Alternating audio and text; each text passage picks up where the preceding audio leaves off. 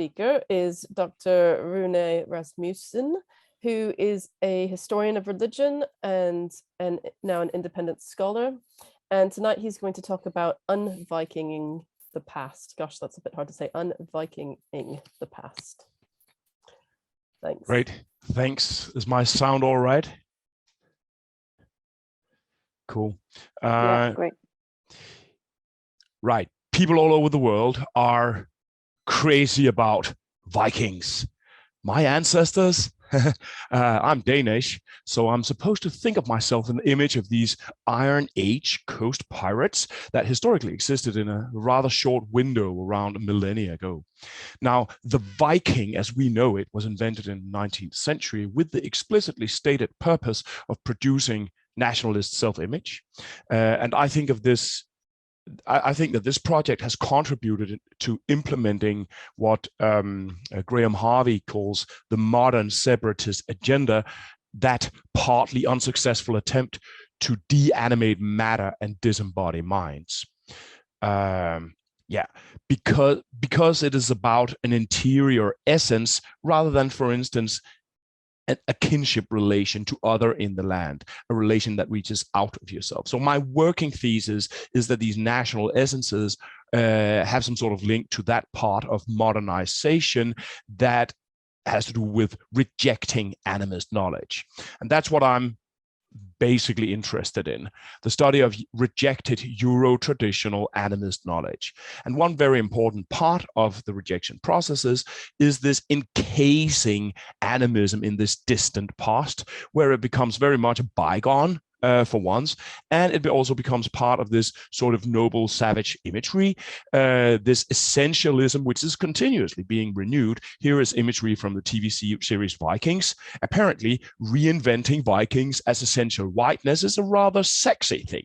You know, it seems you need underwear models to do it. But this fetishizing actually develops while intangible and tangible animist heritage is continuously under attack, in fact. And there are many examples of this. The landscape around the village where I grew up, perhaps 30 burial mounds. Nej, Putte, du skal ikke komme her endnu. Nej, Putte, du skal ikke komme her endnu. Jeg sidder lige midt i noget. Sorry about that. My little girl just came. Yeah. The landscape around the village where I grew up, perhaps 30 Bronze Age burial mounds had been plowed down. There are 2 left, probably 4 Bronze Age burial mounds just in the fields of my father's farm in the last perhaps 100 years have been destroyed. Ancient hubs of transforming land connectedness, sacred sites that are perhaps 3,000 or 4,000 years old. And I think there's some sort of positive relation to that enclosing of animist culture in this distant past, where it comes to serve as an imagery to produce this interiorized nationalist essence, rather than doing what animism is supposed to do, which is creating reciprocal, transformative, respectful relating between humans and the land we inhabit. Scandinavian animism is deemed in and illustriously nationalist if and only if it is a Viking, and it's deemed out if it is not Viking, a process that I've called Viking washing, rejecting traditional knowledge from our self-image because it isn't Vikings. Just one example of this traditional knowledge that has been sort of flushed out of cultural memory for not being sufficiently Viking is the runic calendar, a beautiful reckoning system where time is animated as a transforming meanings really that spring from the cycles of the sun and the moon, but it didn't originate in the Viking Age.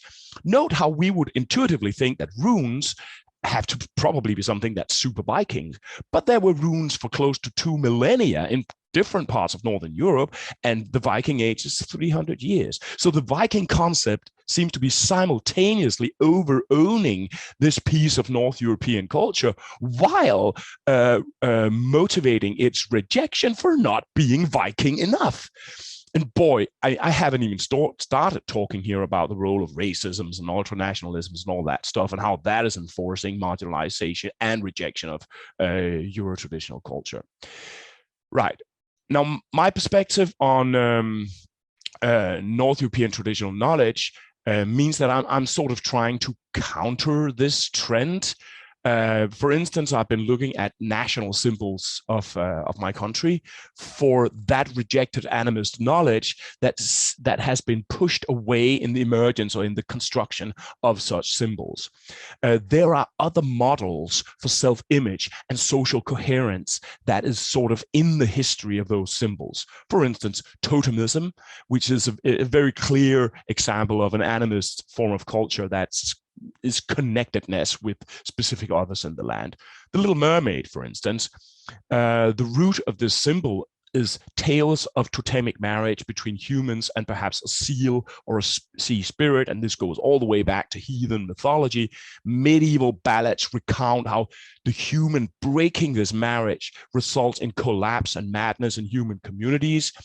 This figure is then taken in by national romanticism as a personification of the state, Denmark, and with Hans Christian Andersen's tale, the broken relation is being naturalized.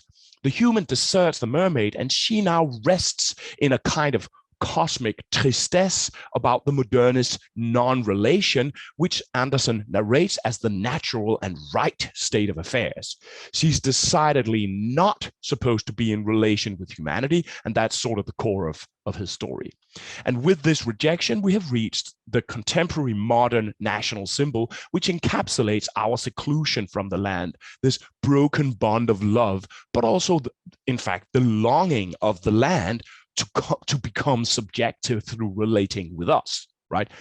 Yeah, and this is an important symbol, and I've basically been repeating and expanding on what I've said here now and talking about it. But in my view, that's not enough talking about it, because I believe that it is sort of implied in animists, new animist thinking, that animist knowledge is realized in actual engagement. And therefore, my idea of unvikinging the past cannot stay with these reflections or perhaps insights. So at some point I decided to try to have a go at the national flag here in Denmark. According to myth, this crusader flag was given as a blessing from God to the army of the Danish king Valdemar the Conqueror, who were busy massacring some pagan Estonians about 800 years ago. But the thing is that Valdemar's father, Valdemar the Great, he also had a decisive battle. And in that battle, the sign of victory that came down from the sky was not a flag, but like in the former pre-Christian age, it was the ancient trickster, shaman, ancestor of his kinship group, ravens. And this is an extremely important kinship relation in Northern Europe, particularly in southern Scandinavia, and I think in England. Ravens have been steeply demonized through history. In Denmark, they were named the apostle of Satan. This being became no longer this totemic kinship and shamanic subjectivity iconized in the human-faced, entangled in the raven, but it became this evil, cursed being. So I did some research on this. I did some research on the North European raven totemism, and I presented it in different ways. But what I also tried to do was to bring this into practice, this insight in the rejected animism behind this symbolic development, which is why I introduced the contemporary raven flag, which is here being used by an Extinction Rebellion activist in front of the Parliament building. This was not conceived as a national Danish thing, but more as a kind of a general symbol of connectedness, the trickster voice of our age that symbolizes recovering this kind of totemic kinship between humanity and others in the land. Right. So particularly this symbol here is interesting in this respect, because when we talk about unvikinging the past, because the raven flag or the raven banner is in its original historic context, in fact, a rather very Viking thing, but using it like this tries to take it out of this seclusion in the distant past, out of also associations with war and conquest and whatever, and dialogues with actual meanings in the North European Raven symbolism that makes it into a contemporary relevant symbol for people today. And that seems to be somehow working. People are, in fact, in some level, sort of catching on to this idea after I introduced it. So yeah, this is an example of how I'm trying to deal with the problematic thing of the past. But it also implies another question that I don't have an answer to yet. And that is this whole Viking thing, is it only actually this problematic kind of seclusive rejection function that serves to basically dispel or disenchant almost, or is there also more positive motivational imagery that leads people or can lead people towards recovering the kinds of animist kinship that I'm sort of aiming at? And yeah, that was just a little opening question to sort of perhaps modify my other point. That's what I had to say. Thanks. Fantastic. Thank you, Rune. That was fascinating. Step down,